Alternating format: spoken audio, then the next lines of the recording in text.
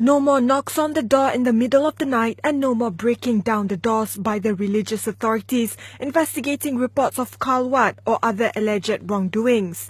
Instead, Minister in the Prime Minister's Department, Datuk Dr. Mujahid Yusof Rawa, insisted what Muslims do behind their own closed doors and in their house is none of the government's business. During the BN era, the ministry has always been seen as a moral guardian.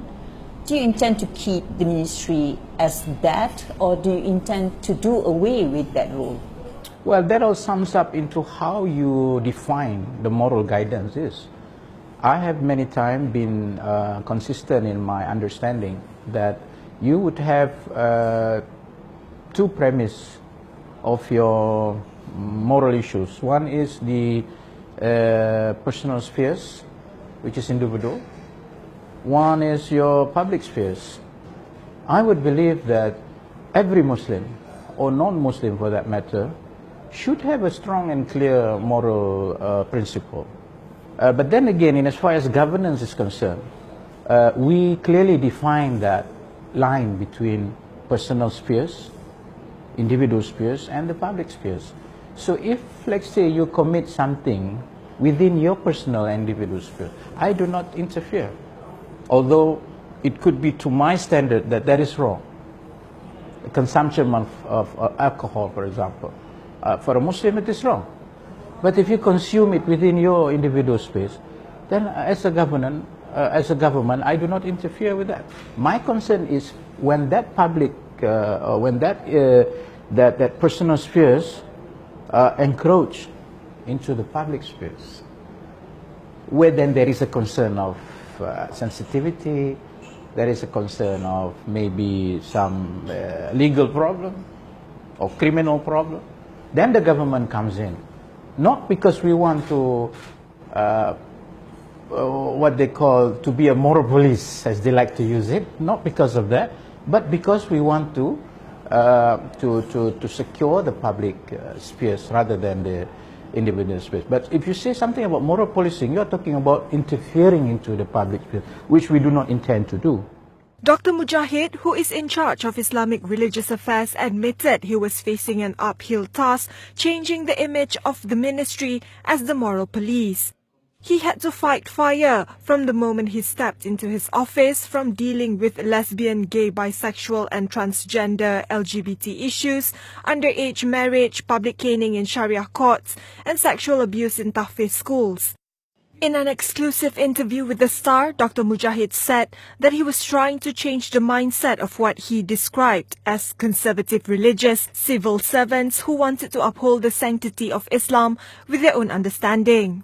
He has put his foot down that the Islam he intended to uphold was compassionate for all, or rahmatan lil alamin, both for Muslims and non-Muslims.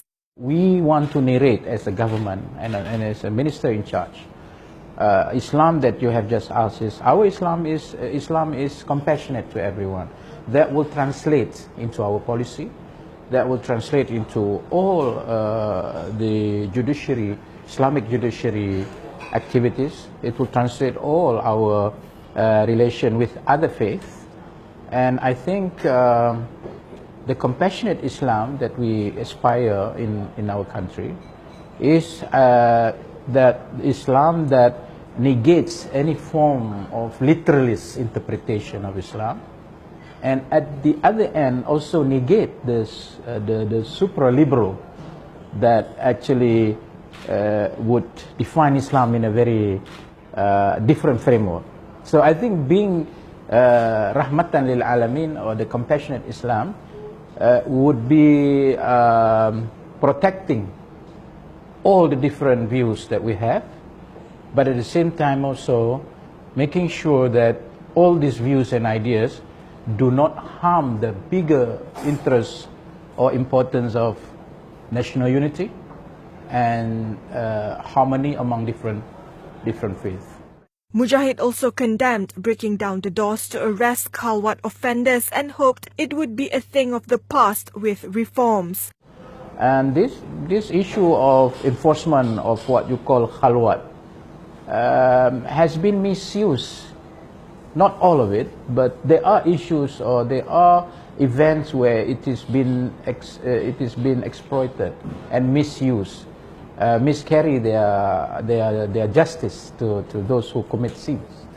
That is why we are improving that situation today, and it is important that they first adapt this compassionate Islam as their policy, and in doing their duty, have also to be very careful and wary about not to interfere into the individual space, which I think today has reduced I think. And there is another issue for your information, that when you talk about enforcement of this khalwat prohibition, you would find that it is within the state judiciary, not exactly under my judiciary, because we are bounded by the state legislation or authority and the federal authority, and most of the Islamic judiciary will come under the state authority, not on my state. But we can have a platform where we will meet all the state directors of Islamic affair, where we can discuss and share the concern of the federal government to all these issues. The Vice President of Parti Amanah Nasional hoped to do away with the Big Brother image and be inclusive of all, Muslims or not.